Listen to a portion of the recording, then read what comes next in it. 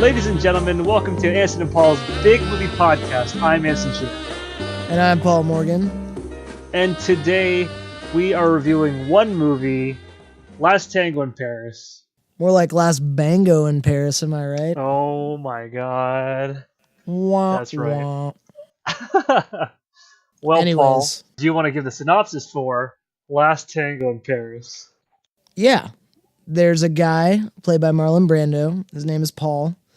And there's a gal played by Maria Schneider. I forgot what her character's name is. And they meet up in Paris after Marlon Brando's wife killed herself. Well... And then they bang a bunch. They're just banging and banging and banging and banging and banging and banging and banging. And then they talk and then they bang some more. And then they talk and then they bang a bunch. And then they bang. And then... At the same time as this, Maria Schneider's character is engaged to a pretentious filmmaker douche, and that's pretty much the entire story. Yep. I forgot the part where they bang. Oh no, you can't forget that part. That's pretty that part's important to the plot. It's a pretty integral part of the movie, so. Yeah. I'm glad you brought that up because I would have forgot if you didn't say that they banged. Yeah. Yeah. They did that a bunch in this movie. Was that pretty spot on right there? Yeah, I think so. So what about this movie worked for you? I really liked Marlon Brando's performance. I like the way he talks. I think he's got the chops, man. Every scene he was in Nobody was ever really accused interesting. him of being a bad actor. Yeah, he was just a little cuckoo. But sometimes the best ones are cuckoo, you know? Yeah. Every scene he was in was tense because I felt the whole time that he murdered his wife. It's heavy. Like, I guess they never really make clear whether or not he did it, you know. But I think they it's hint heavily at the implied. possibility of him having done it a few times. Like the one lady who's cleaning up the bathtub said the police wouldn't let her clean up because there was so much blood, and because of that and how spread out it was, they didn't believe that she did it. It's hinted at a few times that there's a possibility he might have done it. Yeah, and the way he was talking about, like, at the foot of his wife's, like, you know, deathbed, the way he kind of talked about her death and the circumstances around it, and how she was kind of a two-timing whore. You know, not to say that Marlon Brando himself wasn't probably a two-timing whore, you know? Yeah. There's kind of hints that he did it. Like, it was all solved by a nickel razor blade, blah, blah, blah, you know? I want to think that he did it, but given that it's open to interpretation, the movie takes on two separate meanings. Yeah. Whether or not you subscribe to any one of those ideas. Yeah. I think the movie's about banging. You think the movie's about banging? I think the movie's about banging to cope and the double standard of banging. Not just men and women, but of what you expect in your partner. Versus what they expect from you. Yeah, and like how you actually act too. Yeah, that makes sense. It's a bit of a full circle thing where everyone's hurting each other, or everyone has that same kind of false expectation and just kind of like quagmires the situation, but it can like really eat at a person. I don't know, because it looks like Marlon Brando was escaping a lot of his like life with sex. We don't know what his life was like before he met Jean or whatever her name is. Yeah. I mean, even the way they introduced him and her, it's like a lot of this is pretty artistic because it might be symbolic or what have you. Marlon Brando's like following her and stalking her for like the first 5 minutes of the movie or 3 minutes of the movie. You know, it looks like she's trying to run away. Yeah, but it's almost like he gets everywhere that she goes before she goes there, which is weird. And perhaps that's symbolic, you know, of the fact that he's an older guy and where she's getting to in life is... He's already been. Yes, correct. And there's a little bit of the Dorian sense. Gray syndrome. Yeah, of like the older gentleman's kind of like teaching her along the way, as Dorian Gray would be the girl in this case, right? Getting a little bit corrupted by her knowledge and exposure to the world that he's showing her, or as he sees it or interacts with it. I can show you the world. Yeah. Where are you gonna take it? No, I think that's. I Oh just no, want to sing that song. I wanted to know I if think it was going wonder by wonder. right. No, I think that's pretty. I think that's a pretty solid point of view there. I like that. Yeah, I never really thought about that before. I thought this was like a really symbolic thing. The thing about like it was almost Hitchcockian in there setting the girl up to be murdered, or you felt that at any moment something really horrible could happen. You know, he could Yeah. explode. I mean, he did rape her at some point, Yep. but it's like if this was a microcosm for their whole relationship, you know what I mean? Not just the banging, Yeah. but if that was supposed to be representative of like their life in between or just other relationships in general as they appear in a maybe not in a microscope, in like step back from, right, where you just see broad strokes in a Yeah. relationship, talking banging, and Marlon Brando's perception of like, I don't care about your past, I don't want any of this, the past is ugly, you know, so showing he Yeah. needs to escape from his own reality through relationships.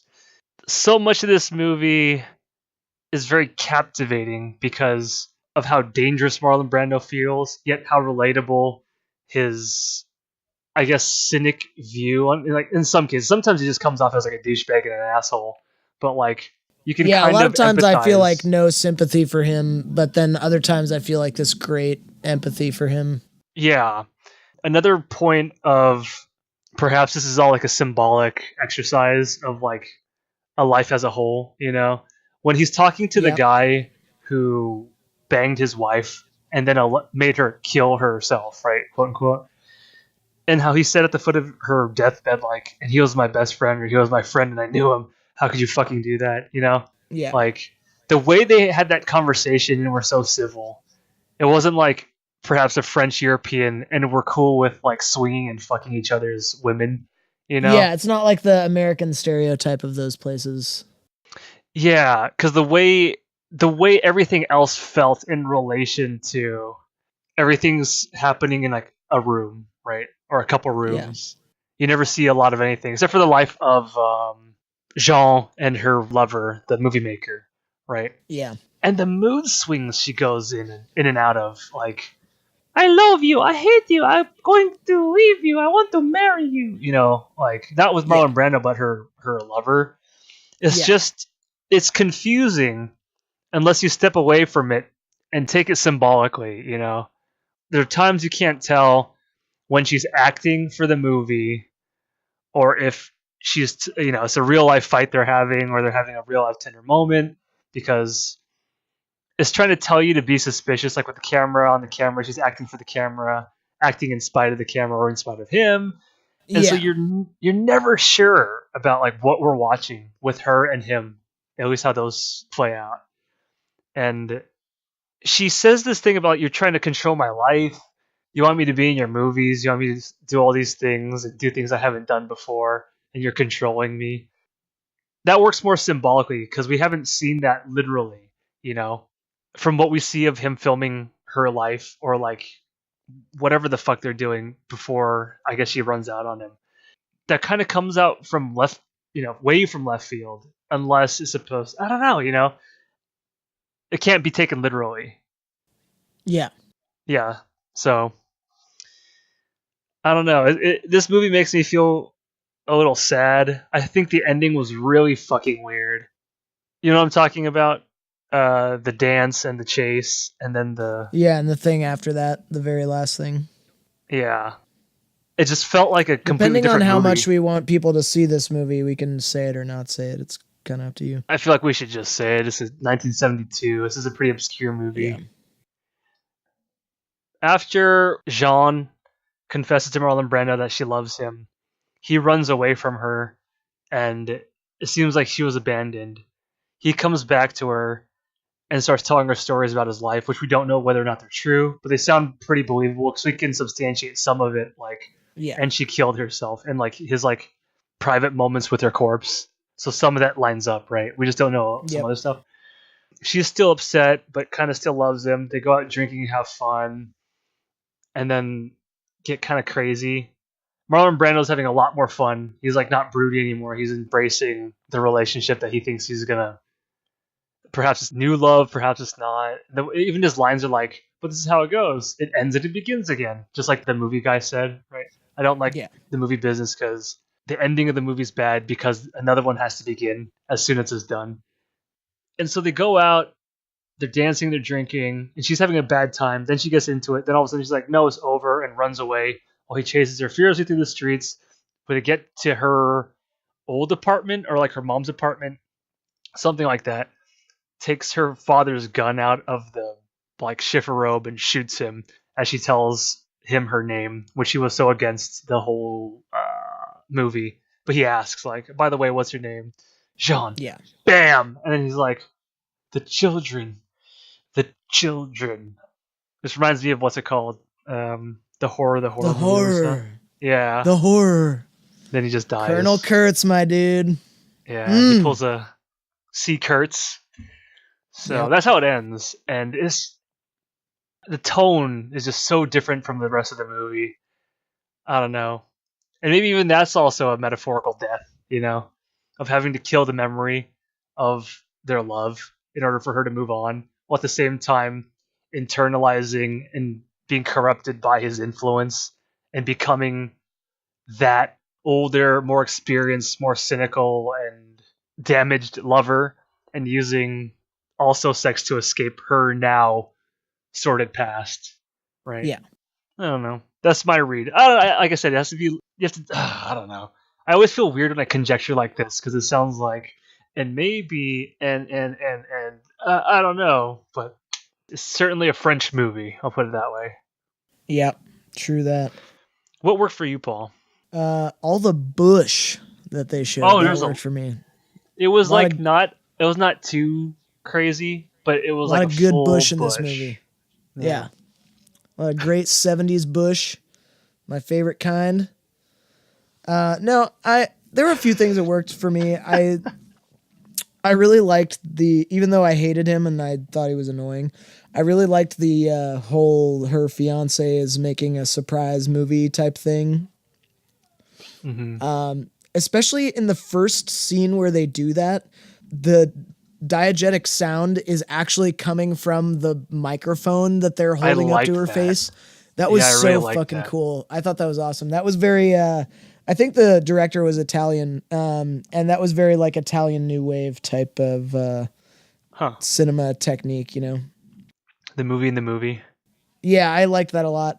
I liked most of the movie shooting scenes because it showed kind of, I mean, maybe I'm reading too much into this, but I think it's fair to say it shows how like a partner's passion can grate on you, especially when what you desire is attention from the partner, not just to be there while they do their shit. Because a lot of the times I feel like she has this attitude of like, I kind of thought we were going to hang out and you brought all these fucking guys with the movie camera and stuff like that. And, I thought that dynamic was very good, especially because I don't think that gets shown a lot in movies. Or if it does, it's not from the perspective of the person who's being neglected. Does that make sense? Like this movie is from the perspective of the person who feels neglected. And therefore, it seems more interesting than if it was just about this guy making movies and then, his girlfriend comes up and be like, "You never pay attention to me. You always want to make movies with me." It's like, that's a little bit less interesting. This way, I thought was very interesting. It's like Scarlett Johansson in Lost in Translation. Very much so, yeah. That's another movie I really enjoy the heck out of. So there's that. I thought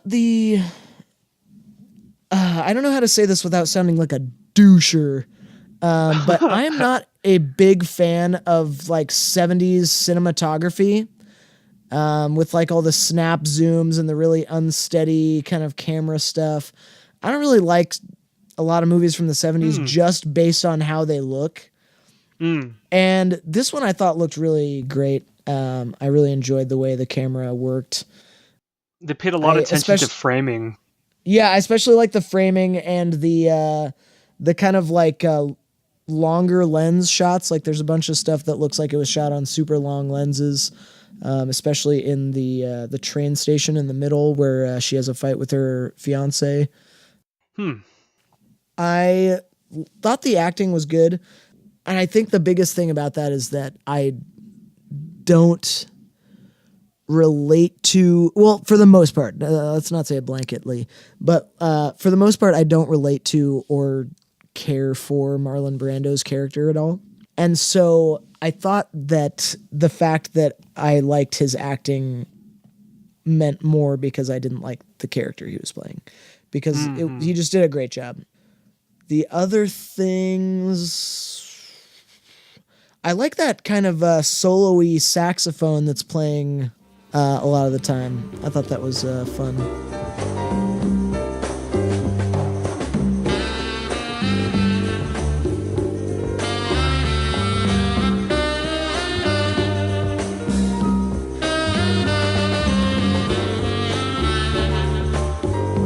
And I guess that's probably everything that I thought really worked for me, or, you know, I never thought about some of the thematic stuff that you brought up. And if I had thought of that, I would probably say that that worked for me too. But since I didn't really think about the movie that way until now, I'm not going to include that, I guess. Was there anything that didn't really work for you, or that kind of got on your nerves, put you off, took you out of it? Not being sure whether or not what I was seeing was real, you know? They Yeah. don't necessarily have a untrustable narrator, and they do have like an untrustable camera. You don't know what you're seeing is, like, again, like for the film, or from Marlon Brando's perspective, or maybe there's some self delusion going on, or there's a lot of Yeah. tricks with the narrative that the camera does, but that also Yes. translates to scenes feeling really confusing upon their transition when the mood abruptly changes, Yeah. or really hard cuts are very noticeable. But that's what they're going for, There was a lot of obviously. hard cutting in this movie. Yeah. So like stylistically, I understand what it's supposed to mean in relationship to the film. When I was watching, like I said, first time going through, of course, it was pretty hard to overcome the "what the fuck just happened" feeling you get until you kind of have to settle back and it doesn't bother you as much. This is a movie that I need to definitely see or think about, I guess, for a long time. I don't really care to think about it, you know what I mean? Because it didn't Yeah. strike me. I think it was a very interesting film, mind you, and I enjoyed it. It made me feel sad and have a lot of suspense just watching it, but this is a movie that needs more reflection that I probably won't give it. And I think that's kind of sad. That's a thing that didn't work for me. I don't know why. It's just not something I'd want to rewatch, you know? Yeah, I have no desire to see it again. That's for sure. And I actually had to Yeah. rent it on my cable thing because I couldn't find it, or I didn't really look too hard, but I didn't find it anywhere else. I could have given it to you on Vimeo. Oh shoot, yeah, yeah. So I rented it, and now I'm kind of salty about that. Ah, shit.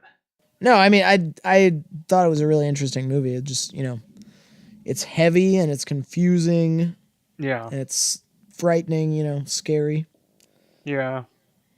But I thought that they were painting Marlon Brando up to be like a American Psycho for a while. a lot of the scenes, especially in the early movie, feel like that because you don't know if, like, is he being withholding and coy because he's a dick or because he's really about to murder her and her whole family any second now. Right.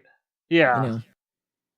Which, I mean, that's probably something we picked up from American movies.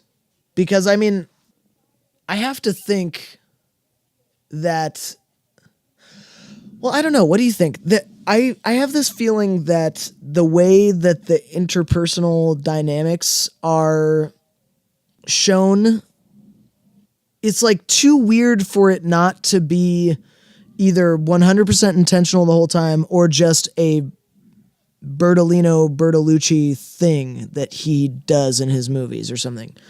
But at the same time, I wonder if maybe I'm not overthinking it or underthinking it. Well, I think it was intentional. In the very beginning shots, for instance, when she's coming into the empty apartment and they're doing a lot of black and white camera tricks where they're playing with the really, really, really dark room to like show Marlon Brando after the curtains revealed, you know? Yeah. And then like the little play, like she's like, how did you get in here? I must have left the door open. Then he like opens his hand, and in the glimmer of the window light is the key. That harkens back to an older style of movie so hard, like those little tricks you can play with the story, Yeah. so that it felt like what you're talking about in like the horror sense that we got. I think that was deliberate, and perhaps with my limited repertoire of movie knowledge, perhaps inspired by Hitchcock, because I can definitely see the same storytelling elements in the establishing 30 minutes in the beginning or so, you know? Yep. Yeah. But were you talking more about like the camera or like the claustrophobia or like the way More they're just sitting like the around? air of tension that comes from his constant fucking silence. Or like reticence to be a willing participant unless in a conversation or an action, unless it's his fucking idea. Yeah. He's miles away. Yeah, that's the part that creeped me out, is because like I probably talked about this on the podcast. I have really severe depression, and I know that a lot of times when I'm in even rooms full of people I really love, I feel like I'm miles away. So I relate to that. But his goes from like he's miles away to he's just being petulant because he's not getting exactly what he wants out of the other person or something. You know, I couldn't, it vacillated between those two things, and I was intrigued by that, but I was also a little bit confused. I don't know. I understand what you're saying, and I want to jump in, but at the same time, I'm filled with the same amount of confusion and perhaps fear of the looking into the mirror. You know, that kind of reflects upon you for understanding the character, or I feel like that character is so relatable when it's boiled down to its worst parts like that, right? Where there is a loving, damaged essence in that character that is tainted with the suspicion, regret, and like overcompensating for maybe like passive aggression, perhaps, where like he's taking past pain from his relationship into the new one that he has, right? And is Yeah. inflicting that upon the girl. Yeah. Punishing her for stuff she didn't do. Right. And at the same time, he's working it out, but she's also just like learning this is what it is, you know? Yeah. It's brutal, it's sad, it's relatable, but at the same time, it's made kind of alien, but hauntingly resonant. Yeah. This movie captures mood excellently. Remember when we saw The Lobster? And we were like, what Yeah. the fuck? How do we talk about this movie? Because we're not even sure how we feel about it, right? Yep. We felt things during the movie. We enjoyed parts, plot-wise, whatever, funny things, sad things, interesting things. But to talk about it cohesively is weird because the movie almost puts you in a strange, floaty space. You don't really have a lot of feet on the ground when you approach this movie, you know? So Yeah. it's tough, man. So I can relate with the Brando character too. And so I understand what you're saying. Yeah. Yeah. I don't know. I wonder what Evan would have said, huh? I know, right? Goddamn Linux computer fuckers. Right. Yeah. Yeah. What can you do? Yeah. What can you do?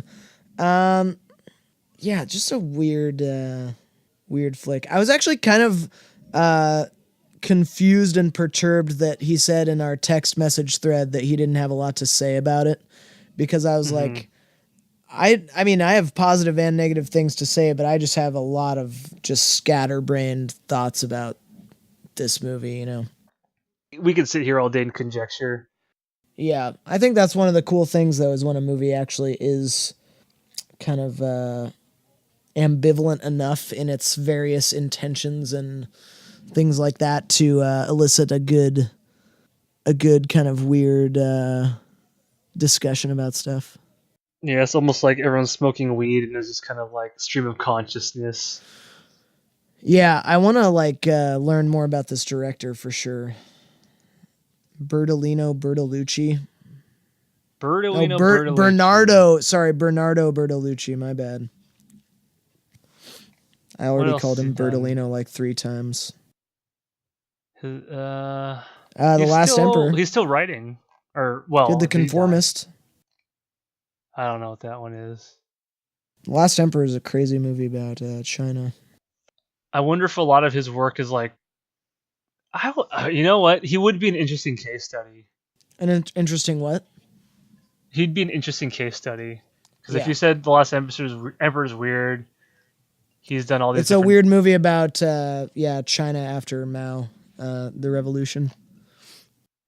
Interesting. So prolific movie people of this time always seem to be influenced by Cold War, or by the Cold War.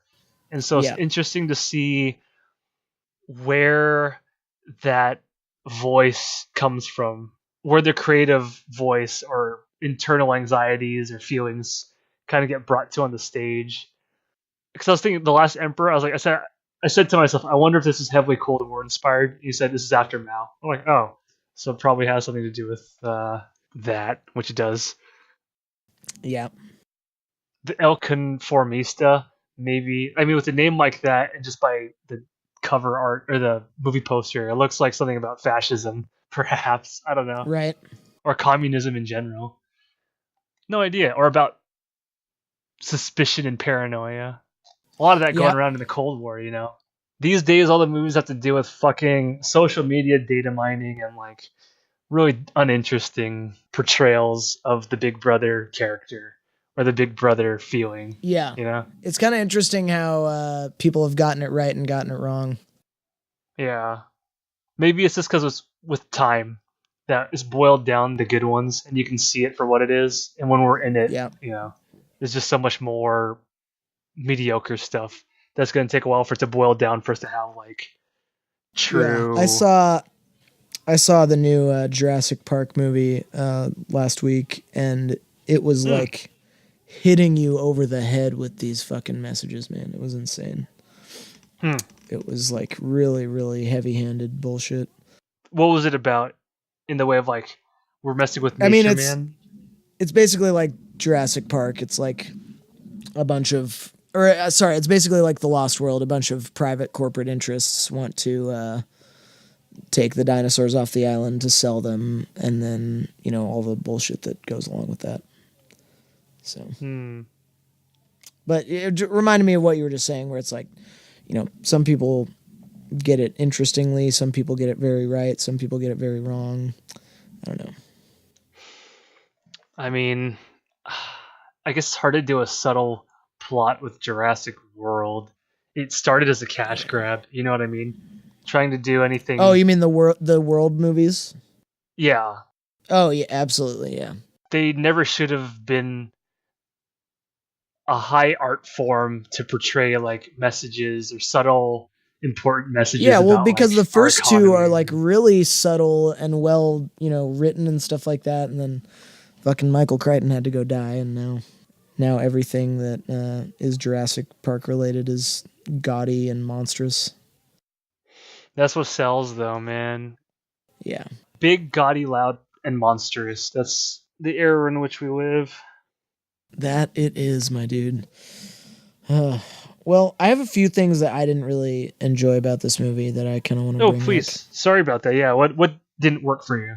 I just don't like the... I don't like how it seems like movies pre-90s, there's this like women are petite rag dolls to be pulled along for the adventure, or like, roped around and stuff. I don't know. Something about the I don't know. There's something felt off about the way like Marlon Brando and Jean's husband or fiance or whatever treated her specifically. And sometimes with Marlon Brando, it was with other women in the script. It just felt off. It felt sketchy or not entirely like wholesome, I guess. She's like Shakespearean, just kind of like along for the ride. Yeah, I don't know. It felt weird. And then this came up when we watched fucking The Skin I Live In. Just, I don't That was care. done so bad. I don't care how relevant to the story it is or how much a real part of life it is.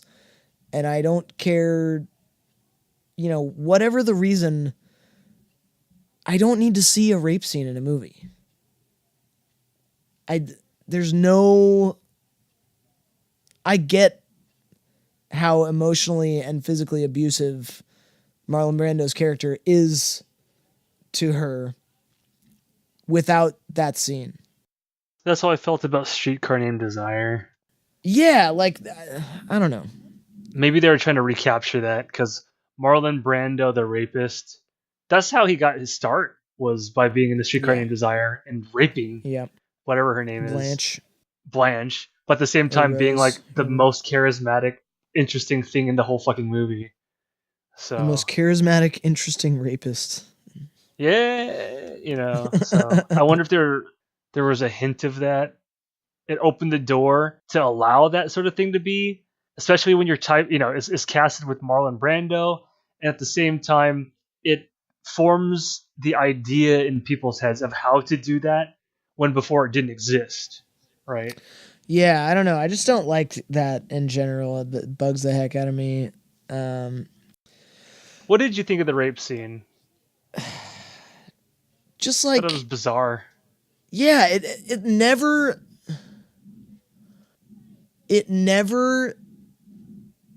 stopped being weird. And I read online when I was researching this movie that like she didn't know that the scene was going to happen, and she felt like she was emotionally like taken advantage of. Like she's actually crying when they shot that because she was so uncomfortable. She didn't realize she could just call her agent and not do that scene. So like, you know, it just felt fucking, it made me upset to read all that and then to have the scene where it's like the only person in the scene who, and from this point on in the entire movie, I can have any sympathy for is her.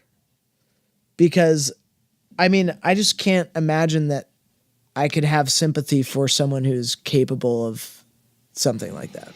But that's the other thing, because when you look at it, I mean, like in real life, that's terrible. That's a horrible story. And the fact that she felt, you know, basically mentally raped as a result of that scene. But the next scene they cut it with, everything's fine. And I was like, was that supposed to be symbolic of a moment in their relationship? Or like, is this totally a different time where like in a culture where that's like kind of okay? And then it was even more confusing, right? That's really gross to hear that really happened, because the way they played it off right after the fact really softens the impact of that scene happening, of an actual rape and them taking advantage of the actress for the emotional impact and the true acting they would get out of her, right? And then it's just paired with everything's fine. And it's like, you went through all like, of have you that. seen Clockwork Orange? Yeah. So Clockwork Upon your Orange, recommendation, I might add. Yeah, so Clockwork Orange, they take great pains to show that the molestations and the rapes and stuff are like having a really severe impact, not only on the victims themselves, but the people who are surrounding the victims, you know? Right, and like right. The way they kind of just transition from that to being fine, you know, it just put me off. Something about it felt weird. Yeah. Also, I'm going to say this is just a jab at the movie. There's no real reason for me to say it. The opening scene where he screams underneath the train, that felt campy. It was like, oh, I did this in Streetcar Named Desire, and that's what got my career kicked off, so I'll just do it again real quick here, you know. Oh, It interesting. felt I didn't catch unnecessary. that. Yeah, he's like holding I didn't get that. his ears, and he looks up at the train and goes, I forgot what he says, but he goes, "Ah!" Ah! And, you know, fucking, I was just like, it took me out of the movie in the first scene, which was, you know, obnoxious. So I ended up coming around to the movie as a whole, but that started me off weird. All right, that's just about everything. Well, what interested me about this movie to begin with was they were saying this is like a very autobiographical story for Marlon Brando leading up to this movie. Yeah. And especially where he was at this point in his life. To have it begin with that Streetcar Named Desire reference, I totally missed it, right? Maybe for him was more resonant because he was a giant man whore with a lot of emotional baggage. And I don't know. In a weird way, it's supposed to tell the story of Marlon Brando. One can throw darts at that board, but I did hear that that's kind of what makes this movie so special to not only the audience but him too. Was that it was really him at that point in time, or like perhaps a bit of a caricature, but super duper. I mean, that makes sense. Close, yeah. Yeah, I don't know. that makes total sense. Yeah. And we do a lot of sighing and humming and hawing about like this movie, you know, because we don't know. We don't know what the fuck is going on. It was a weird fucking movie, man. That's all I really have to say about it. Do you have any like other stuff about this that stood out or that you wanted to discuss? I like the blocking of the camera work. I like how it feels like very closed off, this movie, because a lot of it's just shot in rooms, different rooms, but they're very smart with the angles and how the actors should sit or where they're leaning to or facing. There's actually the I have a specific example of that, which is there's one point right before she takes a bath, where she's in the wedding dress in the apartment, and she is facing away from camera, and Marlon Brando is facing towards the camera, and you can see Marlon Brando's face, but you can't see her face, and you can't see his body, but then, and he's scolding her. But then on the shadow on the wall, you can very clearly see him pointing at her very emphatically with his hand, which kind of like undercuts what he's saying and makes it more severe, which I thought was really gorgeous. There's lots of instances of things like that in this movie. Excellent camera work. Yeah. That's a really good example. Yeah. For that aspect, such an enjoyable movie for that. I don't think I've seen many movies, especially that I can think of, that get it that right with how smart they use the rooms and the body. And like you said, they're just down the shadow and versus like what they're saying versus what's being shown. Yep. It can only be done if the location where they're shooting is that small. It can be controlled, you know? And I really appreciate the attention to detail. It felt like you're watching something very finely crafted, right? But still served the purpose for the movie. That was great. I enjoyed it for that. But there's just like all that other almost nonsensicalness of the plot or the strangeness of it all that it takes away from the movie. But the technical aspects really must be commended. Yeah, definitely. That might be the only other thing I think I was forgetting. Yeah, the only thing I forgot to mention was all the banging. Oh, I forgot about that. Wait, what part was there banging again? It happens one or two times in this movie. Okay, I don't remember any banging. Okay, well, there was some, so maybe rewatch it and look out for that. Okay, and maybe I thought the finger and butthole or the that was a delightful scene. Especially when she yells. Yeah. I thought it was CGI. I think the CGI was too real. You could see the pixels too much CGI on the bush. Yeah. Oh man. Not yeah, her bush was totally CGI. Yeah. Like Superman's mustache. Right? Fuck. Yeah. Embarrassing. Anyways, yeah. Would you recommend this movie to people? It's a really hard recommendation. I would say no, but Yeah. it was interesting. God damn it. God bless it. I wish I could understand it better. Yeah, I wish I had more context for it. Yeah. What Worth about you, Paul? mentioning that this movie came out 1 or 2 years before The Godfather. Oh no, the same year as The Godfather. Mm. So interesting tales of Marlon Brando's career there. Yeah. I don't think I would recommend this. In fact, I had to work very hard in my own mind to appreciate it because I enjoyed so little of it. It was like a job watching this movie. I felt that way at times. Yeah. That's never And a good I'm usually feeling. the type of person who can find a way to enjoy any movie, even if it's to just check out and laugh at it the whole time. Yeah. But not this one. That was tough to watch. But they did a good job in some stuff, so hats off to you for that, I guess. Rats off to Exactly. you. Rats off to you, indeed. Yeah. Well, I guess that does it for this movie.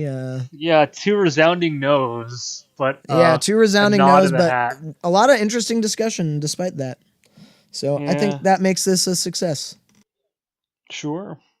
I'm patting myself on the back currently because of how I'm patting you good we through the talked. internet. I'm patting you through the magic of radio. There we go. The magic of radio. And with that, I have been Paul Morgan. I've been Anson Chan, and don't And forget not to put butter up your butt.